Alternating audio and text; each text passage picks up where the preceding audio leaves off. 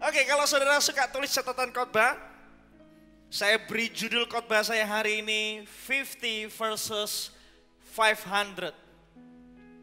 50 lawan 500. Apa itu? Jangan tanya dulu, ikuti saja sampai selesai. Satu kali di Lukas pasal yang ke-7, Injil yang paling indah itu, Lukas pasal yang ke-7 ayat yang ke-36 sampai 50, bercerita sebuah kisah. Sebuah kisah di mana Yesus diundang makan oleh Simon orang Farisi. Ketika Yesus diundang makan, tiba-tiba hadir seorang wanita yang tidak diundang. Seorang wanita yang hari itu viral, yang hari itu sangat terkenal sebagai seorang pendosa, sebagai seorang penjinah. Wanita ini hadir tanpa diundang dan tanpa minta izin. Wanita ini langsung tersungkur di bawah kaki Tuhan Yesus. Menangis di bawah kaki Tuhan Yesus. Dan menyekanya dengan rambutnya. Ketika Simon lihat itu, Simon bergumam di dalam hatinya.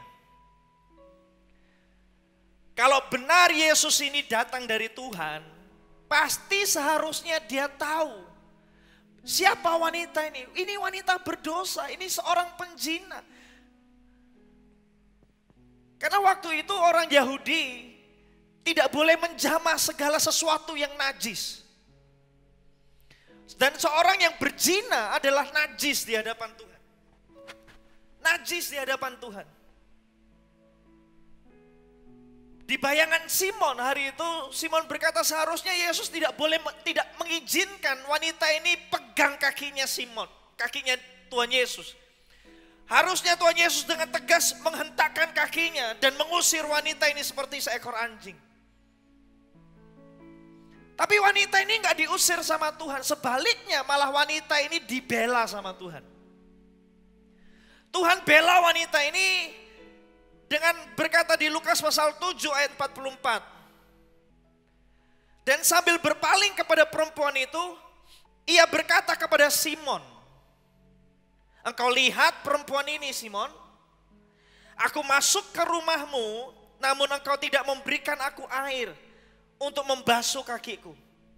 Karena waktu itu, zaman itu, ada sebuah peraturan, ada sebuah kebiasaan, bahwa kalau seorang tamu datang di rumah orang Yahudi, maka sang pemilik rumah itu harus menyambut.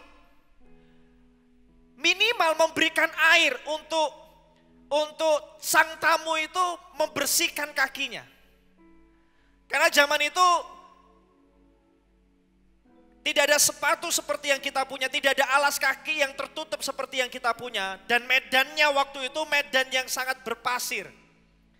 Jadi bayangkan ketika Tuhan Yesus jalan menuju rumahnya Simon orang Farisi itu, apa yang terjadi? Kakinya pasti kotor. Kendaraan waktu itu bukan kendaraan seperti kita yang sepeda motor dan mobil, yang kalau mengeluarkan kotoran, mengeluarkan hasil pembakarannya, itu wujudnya cuma asap. Waktu itu kendaraannya adalah kendaraan yang namanya kuda, keledai, dan kalau itu buang hasil pembakaran di dalam dirinya, itu keluarnya berwujud. Itu artinya bisa keinjak.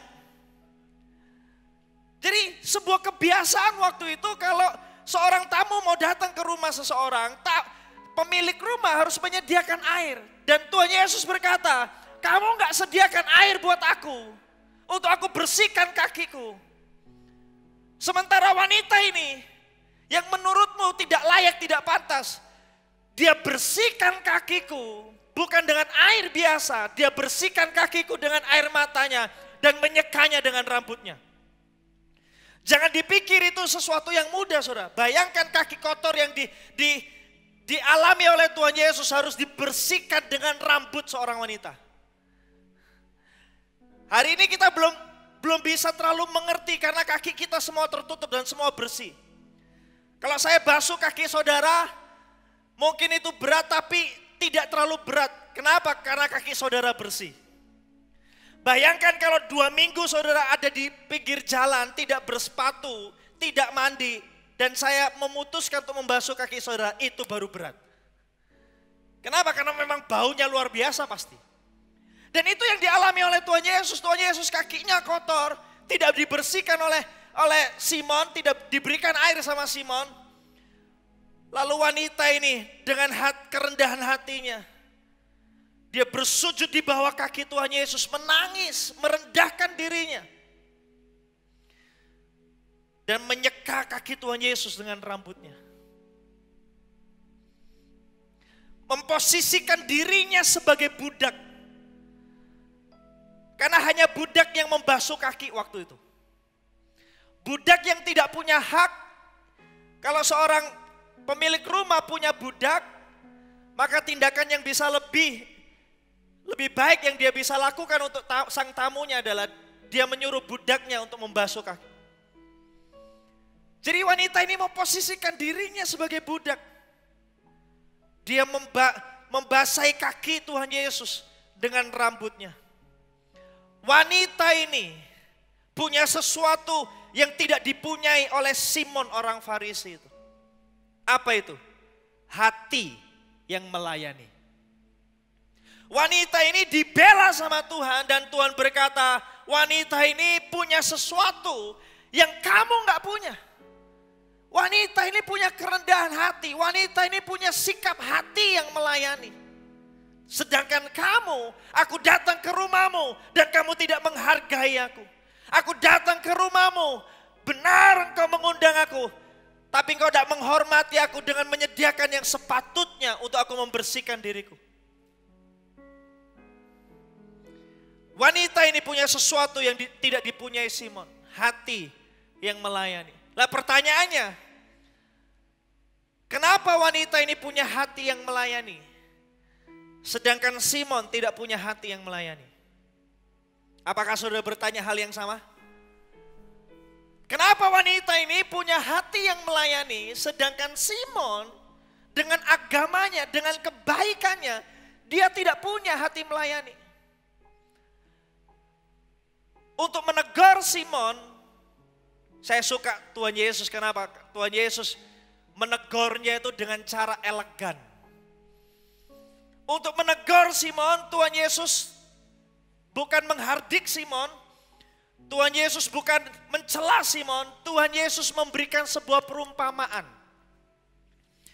Sebuah perumpamaan di ayatnya yang ke-41 dan 42.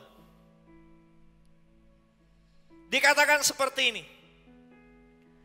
Ada 2 orang yang berhutang kepada seorang pelepas uang. Yang seorang berhutang 500 dinar. Yang lain berhutang 50 dinar.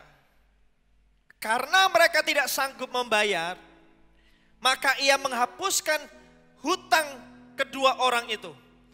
Siapakah di antara mereka yang terlebih mengasihi dia? Pertanyaan pertama saya, menurut saudara siapa pelepas uang itu? Shalom.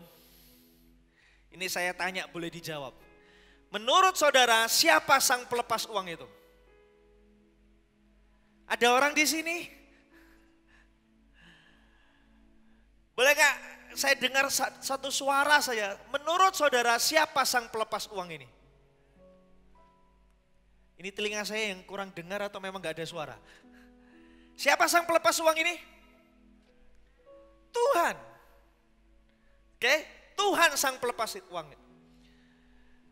Lalu ada orang yang berhutang 50 dinar, ada orang yang berhutang 500 dinar. Menurut saudara yang berhutang 50 dinar siapa? Ada 2 orang, Simon atau wanita pendosa itu? Simon. Yang berhutang 500 dinar adalah wanita pendosa itu. Ingat bahwa ayat ini, perumpamaan ini untuk menegur Simon, orang Farisi itu. Dan Simon memang benar hutangnya, menurut besarnya hutangnya Simon lebih kecil daripada hutangnya wanita yang berdosa ini. Jika dinilai dari besarnya hutang, Yang hutang 50 dinar yaitu Simon orang Farisi lebih baik keadaannya daripada yang hutang 500 dinar. Benar memang. Maka itu Simon merasa dirinya lebih baik daripada orang yang berdosa ini. Karena dia bandingkan dirinya, hutangnya dia benar berhutang, tapi hutangnya masih lebih kecil dibandingkan wanita pendosa ini. Simon merasa dirinya lebih baik karena wanita itu dosanya lebih banyak. Bukankah itu yang dilakukan oleh agama kepada kita manusia? Agama memberikan kepada kita daftar perilaku yang baik 1 sampai 100. Kalau kita berhasil melakukan 90, kita akan merasa diri kita lebih baik dibandingkan orang yang mampu melakukan cuma 5. Makanya kita temukan orang Kristen yang sekalipun datang ke gereja, tapi dia begitu sombongnya dengan perbuatan baiknya. Kamu baca berapa banyak pasal setiap hari? Saya hafal seluruh ayat di Alkitab. Kamu hafal berapa? Saking hafal ayat di Alkitab di luar kepala, sampai tidak ada yang ingat. Saya doa 2 jam, kamu doa berapa lama? Halo? Kita bandingkan diri kita, perbuatan baik kita dengan orang lain. Itu yang dilakukan Simon. Dia merasa dirinya lebih baik daripada wanita yang berdosa itu. Saya akui, kalau menurut besarnya hutang, Simon bisa bermegah. Tapi masalahnya ayatnya nggak selesai di situ loh saudara. Penilaian Tuhan itu bukan besarnya hutang kita. Saya nggak bilang berarti mulai hari ini lebih banyak dosa lebih baik. Enggak, saya nggak bilang gitu. Bukan berarti Tuhan memandang kita kalau kita semakin banyak berbuat dosa lebih baik di hadapan Tuhan. Enggak, bukan.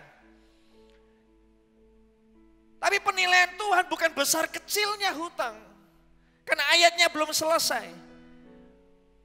Mereka punya satu perbedaan. Yaitu besarnya hutang mereka. Satu hutang 500, satu hutang 50. Tetapi mereka punya satu persamaan. 2 sih sebenarnya. Mereka punya persamaan. Apa persamaannya? Persamaannya adalah ini. Mereka sama-sama tidak sanggup membayar.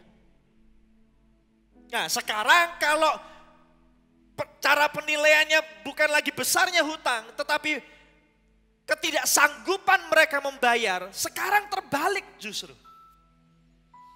Yang hutang 50 sama hutang 500, kalau saya hutang 500 juta dan saya nggak sanggup membayar, itu saya miskin. Tapi kalau saya hutang 50 ribu dan saya tidak sanggup membayar, itu saya bangkrut. Di hadapan Tuhan, wanita yang berdosa itu, keadaannya lebih baik daripada Simon. Karena sekalipun hutangnya memang lebih banyak, tapi wanita ini sadar akan keadaannya, sadar akan ketidaksanggupannya membayar.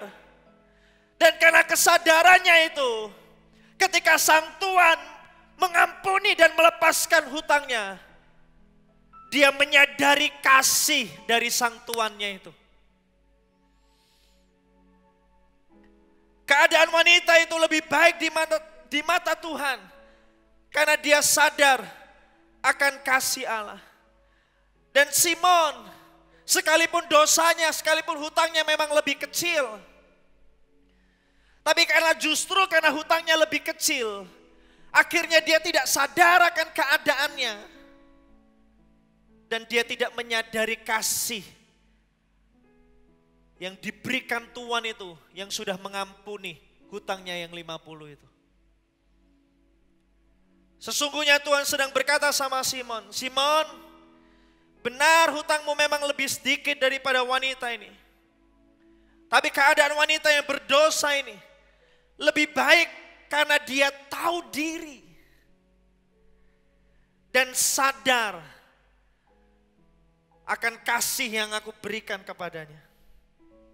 Sedangkan kamu justru karena dosamu lebih kecil, hutangmu lebih kecil daripada wanita ini. Tapi karena dosa kecilmu itu, akhirnya kamu justru tidak sadar akan kasihku kepadamu. Dan karena wanita itu sadar akan kasihku kepadanya, dia punya sikap hati untuk melayani. Dan kamu, karena kamu tidak sadar akan kasihku kepadamu, kamu enggak punya sikap hati yang melayani. Engkau begitu sombong, engkau begitu bermegah, engkau begitu banggakan dirimu. Dan akhirnya engkau enggak bisa punya sikap hati yang melayani. Hati yang melayani lahir dari kesadaran akan kasih Allah dalam kehidupan kita. Amin. Hati yang melayani lahir dari hati yang sadar bahwa kita ini dikasihi. Lukas pasal 7 ayat 47 berkata seperti ini, Tuhan kasih konklusi, Tuhan kasih kesimpulan akhir untuk Simon. Dikatakan sebab itu aku berkata kepadamu, dosanya yang banyak itu telah diampuni sebab ia telah banyak berbuat kasih. Tetapi orang yang sedikit diampuni, perhatikan ini, sedikit diampuni, sedikit juga ia apa? Berbuat kasih. Coba kita renungkan kata sedikit diampuni. Misal, Pastor Eric berbuat salah kepada saya. Dia menyakiti hati saya. Dia memperkatakan sesuatu yang tidak pantas. Dan membuat saya tersinggung. Kelihatan menjiwai saya ya. Jiwai. Dan akhirnya dia minta maaf. Lukas, saya minta maaf, saya buat salah sama kamu. Karena saya murah hati. Tapi kemurahan hati saya harus mendidik dia supaya tidak melakukan kesalahan yang sama lagi. Saya berkata, saya mau memaafkanmu. Tapi gak bisa banyak-banyak memaafkanmu. Saya cuma sedikit memaafkanmu. Lalu Pastor Eric cerita sama teman-teman, saya buat salah sama Lukas. Lalu Lukas memaafkan saya. Tapi gak semua, gak banyak. Sedikit saya dimaafkan. Apakah bisa? Halo? Apakah bisa sedikit diampuni? Memaafkan itu total, 100%. Gak bisa diukur sedikit dan banyak. Tapi Tuhan Yesus berkata sama Simon, kamu merasa sedikit diampuni. Sehingga maka itu kamu sedikit berbuat kasih. Sampai-sampai aku datang ke rumahmu, engkau gak menyediakan air buat aku. Keterlaluan kamu, Mon.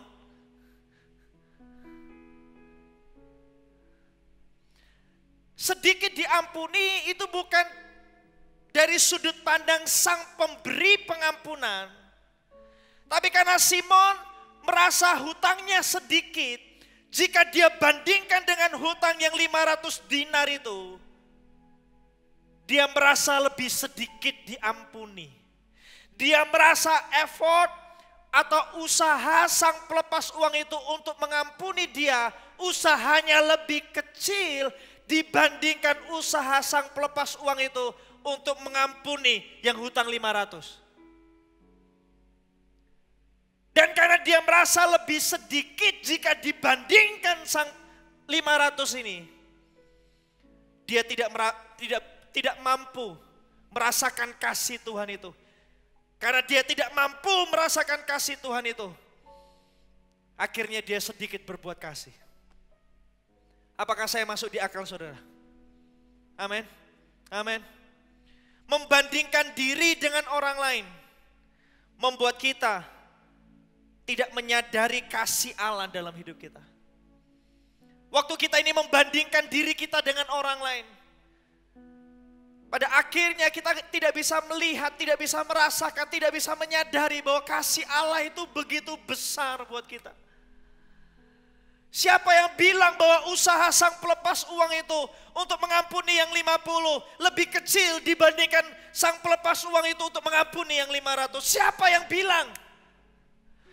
Itu cuma ada di benaknya Simon. Karena usaha Tuhan, sang pelepas uang itu untuk mengampuni yang 50. Usahanya sama besarnya seperti sang pelepas uang itu mengampuni yang 500. Sama usahanya. Dia sama-sama mengampuni kita. Dia sama-sama mengampuni yang 50. Dia sama-sama yang mengampuni yang 500. Sama. Bahkan di 1 Petrus pasal yang pertama ayat 18 sampai 19 berkata seperti ini. Dia mengampuni bukan dengan perkataan. Dia mengampuni bukan hanya dengan berkata aku mengampuni kamu. Enggak, bukan hanya itu. Dikatakan 1 Petrus pasal 1 ayat 18, 19 berkata seperti ini. Sebab kamu tahu bahwa kamu telah ditebus dari cara hidupmu yang sia-sia.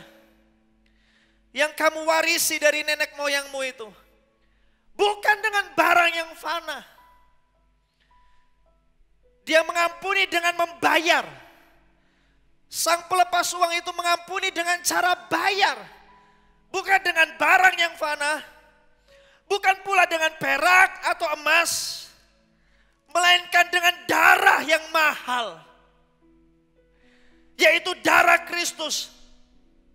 Yang sama seperti darah anak domba. Yang tak bernoda dan tak bercacat. Baik yang hutang 500. Baik yang hutang 50. Atau kalau ada di sini yang berkata, Pak saya nggak hutang 50 dinar, saya cuma hutang 5. Pak 5 pun masih kebanyakan buat saya cuma hutang 1 dinar. Baik yang hutang 500, baik yang hutang 50, baik yang hutang 5. Atau cuma 1 dinar. Saya mau berkata hari ini, dia bayar hutang kita dengan darahnya yang mahal. Sama. Jadi jangan sampai kalau hari ini kita datang dan kita merasa hutang kita cuma 1 dinar. Kita pikir kasihnya buat kita cuma senilai 1 dinar. No.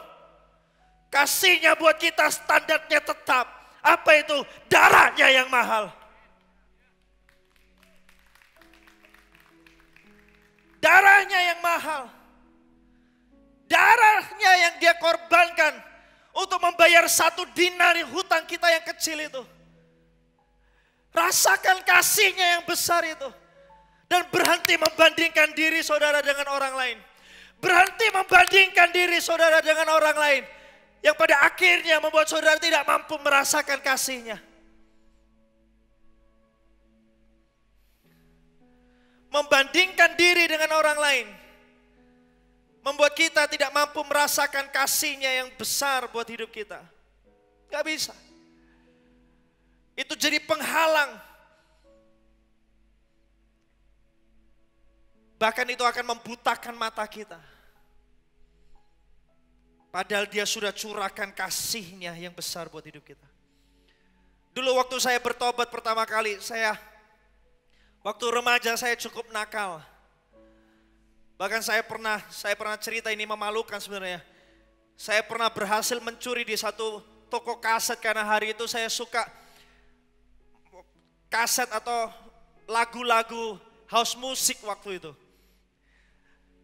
Tolong jangan hakimi saya, itu sudah dulu kok, itu sudah dulu. Sekarang Hillsong. Saya berhasil curi kaset dengan celana saya dan saya nggak enak ngomongnya. Untungnya hari itu saya nggak berani ngomong saya diberkati Tuhan, dilindungi Tuhan, saya nggak berani ngomong. Tapi untungnya hari itu karena itu masih pagi sekali, alarm tokonya belum bunyi. Jadi saya keluar dengan aman. Waktu balik alarmnya baru bunyi. Dulu waktu saya bertobat ada satu persepsi yang berkata bahwa kalau orang nakal, semakin nakal dulunya dan dia bertobat, maka dia akan melayani Tuhan sungguh-sungguh. Akan cinta Tuhan mati-matian. Karena dia sadar dosanya sangat banyak. Tapi kalau orang alim, gak pernah lakukan sesuatu yang jahat, berbuat baik terus seumur hidupnya. Kalau bertobat, tobatnya itu cuma suam-suam kuku. Dengar ini baik-baik, itu tidak berlaku. Karena kita tahu, baik yang nakalnya, apa itu? Nakalnya keterlaluan, atau alimnya sampai malaikat minder sekalipun. Dia mengasihi kita dengan darahnya yang mahal. Amin. 555 dinar, 1 dinar. Dia bayar dengan darahnya yang mahal. Jangan pernah bandingkan diri kita dengan orang lain. Karena kita tahu kasihnya itu utuh buat kita. Kasihnya itu khusus buat kita. Amin. Amin. Amin. Saya punya 2 orang anak, Jaden dan Samantha. Saya tahu yang pertama kali muncul di benak saudara waktu lihat foto anak saya adalah seperti kebanyakan komentar teman-teman saya waktu lihat anak saya. Wah, untung ya kayak mamanya. Ganteng dan cantik ini karena gara-gara mamanya. Saya punya pembelaan hari ini. Beberapa hari yang lalu saya berkunjung di satu rumah orang jemaat mendoakan mereka. Lalu dia itu punya anjing, saudara. Mini pom yang lucu sekali. Dan saya tertarik, kita foto-foto, kita belai-belai, kita main sama anjing itu. Dan sang pemiliknya cerita, jemaat ini cerita, Pak, tahu nggak kalau milih anjing itu, Pak, yang dilihat itu jangan betinanya, Pak. Yang dilihat itu papanya, jantannya. Karena memang anjing bagus itu turunan dari papanya.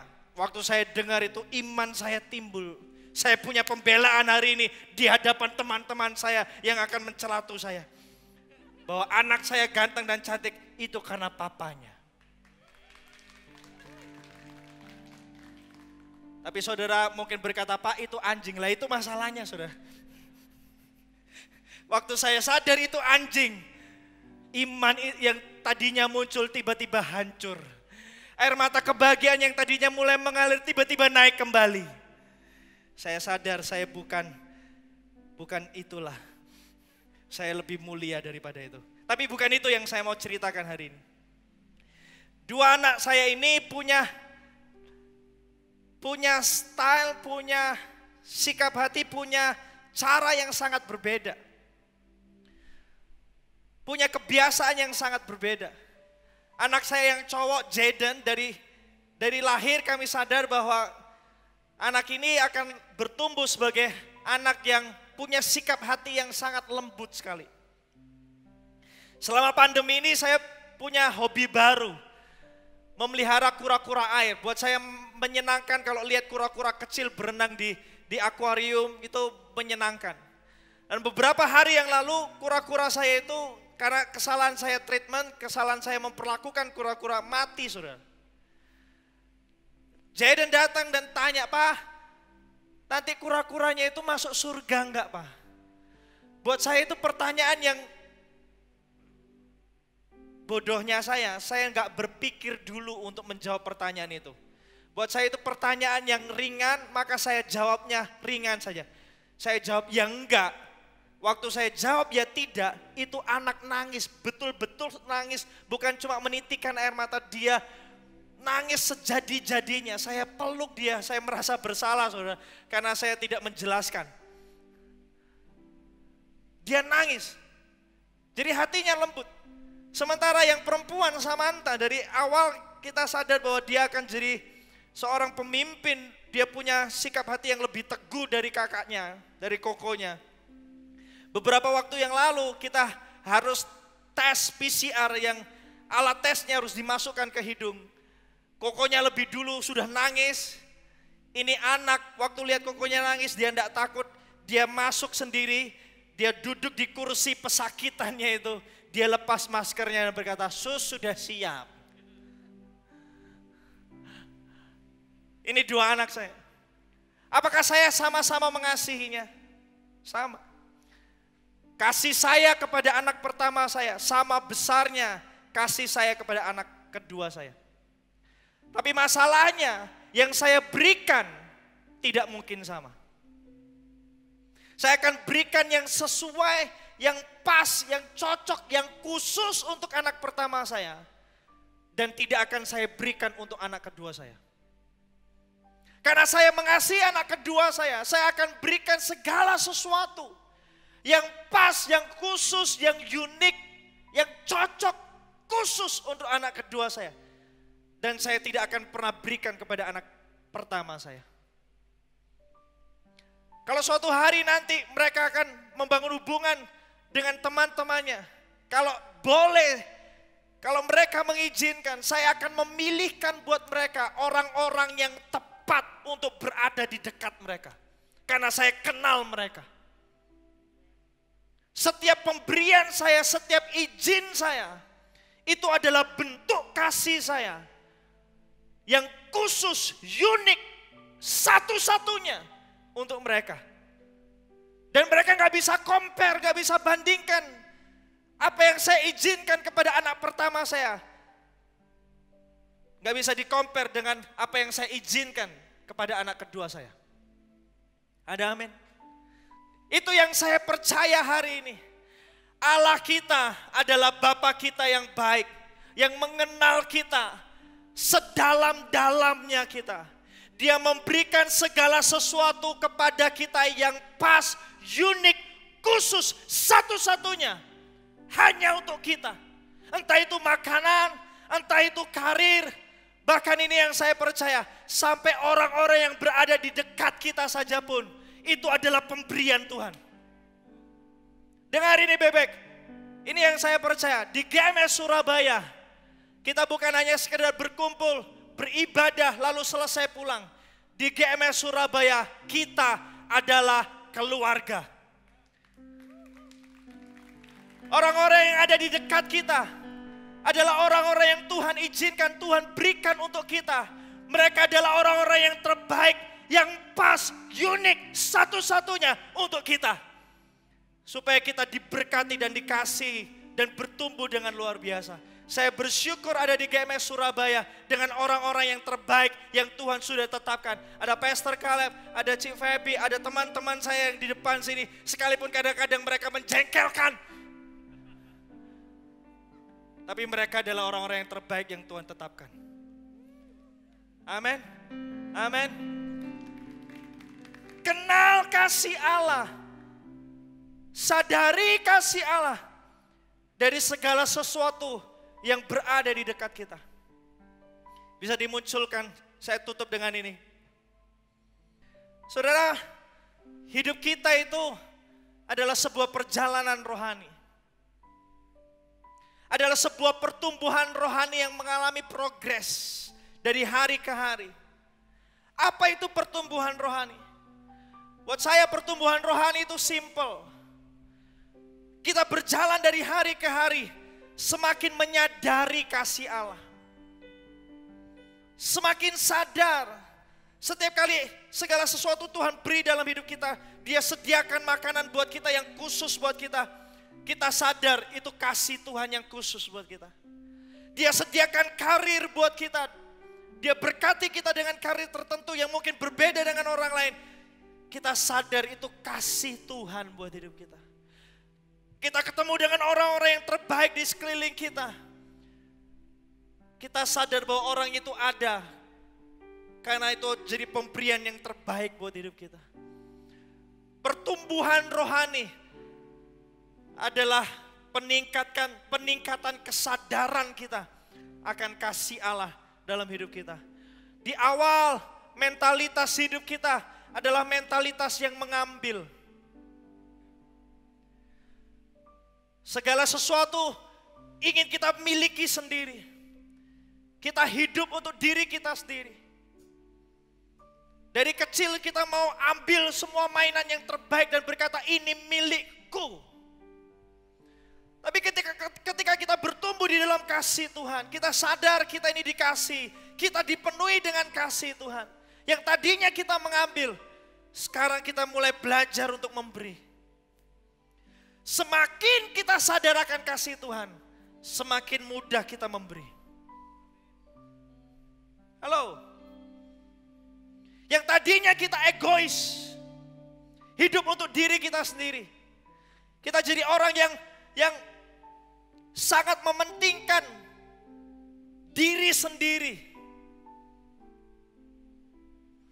Datang ke tempat ini, kalau ada orang yang mengambil kursi kita, kita marah, kita berkata ini kursi milikku, sebelum gereja mau saya berdiri, ini sudah jadi kursiku. Ini lihat baunya, bauku. Kita marah. Tapi sekarang, waktu kita mulai bertumbuh dalam kasih Tuhan, kita nggak lagi jadi orang yang egois. Kita jadi orang yang mau melayani. Servolution dibuka, tidak perlu pemimpin untuk paksa kita. Karena hati kita sudah penuh akan kasih Tuhan. Kita rindu untuk melayani. Yang tadinya kita adalah orang yang gampang simpan kesalahan orang lain, dendam. Asyir tidak sapa kita, kita sudah marah. Pendeta nggak sapa kita, kita sudah marah, kita pindah gereja. Nggak ada di tempat ini. Itu di luar sana. Sekarang, karena kita penuh dengan kasih Tuhan, kita bertumbuh di dalam kasih Tuhan, semakin merasakan kasih Tuhan, kita jadi orang yang gampang mengampuni. Masalahnya, dalam perjalanan itu, ada waktu-waktunya, kita punya potensi untuk membandingkan diri kita dengan orang lain. Kita compare diri kita dengan orang lain. Kita lihat berkat kita dengan berkat orang lain. Kita lihat bagian kita dengan bagian orang lain. Kita lihat gereja kita dengan gereja orang lain. Ketika kita membandingkan diri kita dengan orang lain, yang terjadi adalah kalau kita lebih baik dari mereka, kita akan jadi orang yang menghakimi. Kalau kita merasa diri kita lebih baik daripada orang lain, kita compare, maka kita akan hakimi orang lain. Gerejamu gak seperti gerejaku. No, kita gak dipanggil untuk membandingkan gereja kita dengan gereja orang lain. Tuhan punya maksud, Tuhan punya visi, Tuhan punya panggilan yang khusus untuk GMS Surabaya, yang tidak akan pernah bisa dilakukan oleh gereja lain. Tuhan sediakan buat kita adalah panggilan kita untuk menggenapi panggilan itu, mengerjakan panggilan itu dengan segenap hati kita, tanpa menghakimi gereja lain. Ada amin. Yang tadinya menghakimi, karena kita penuh dengan kasih Tuhan, kita jadi orang yang lebih gampang memaklumi. Kalimat yang terus terucap itu ini, ya sudahlah. Amin. Kita lihat pasangan kita belum sempurna, kita nggak hakimi mereka. Oh, bukan hakimi mereka. Kita nggak hakimi dia karena mereka itu banyak. Nggak boleh banyak. Kita memaklumi dia. Ketika kita membandingkan diri dengan orang yang lebih tinggi daripada kita, apa yang terjadi? Kita jadi orang yang rendah diri. Halo? Kita jadi orang yang pesimis. Tapi Tuhan tidak panggil kita untuk jadi orang yang rendah diri, punya gambar diri jelek. Enggak, Tuhan enggak panggil kita untuk itu. Tuhan panggil kita untuk kita bertumbuh dalam kasih Tuhan. Dan kita jadi orang yang rendah hati. Kita tahu kelebihan kita tahu kemampuan kita tahu apa yang jadi panggilan kita. Tapi kita tahu juga Tuhan yang memampukan kita. Amin. Dengar ini baik-baik. Untuk bersyukur, untuk merasakan kasih Tuhan, saudara tidak perlu membandingkan diri saudara dengan orang lain. Karena kasih Tuhan itu khusus buat hidupmu. Kau gak perlu bandingkan dirimu dengan orang yang lebih rendah daripadamu. Gak perlu. Kasih Tuhan itu khusus, unik, satu-satunya buat hidupmu. Bertumbuhlah di dalam pengenalan akan Tuhan. Bertumbuhlah di dalam kesadaran akan kasih Tuhan dalam hidupmu. Maka engkau akan jadi orang yang dewasa rohani. Bukan egois, tetapi melayani. Bukan mengambil, tetapi memberi. Bukan dendam, tetapi mengampuni. Bukan menghakimi, tetapi memaklumi. Bukan rendah diri, tetapi rendah hati. Waktu kita menemukan kasih Tuhan dalam setiap pemberiannya dalam hidup kita. Kita sadar semua itu cuma karena kasih karunia Tuhan. Waktu kita sadar itu, hati kita akan penuh dan kita akan puas dengan kasih-Nya. Jangan pernah bandingkan diri saudara dengan orang lain. Kasih-Nya unik, khusus, satu-satunya buat hidupmu. Izinkan Tuhan hari ini berkata, I love you with an everlasting love. Aku mengasihimu dengan kasih yang kekal, kasih yang tidak pernah berubah.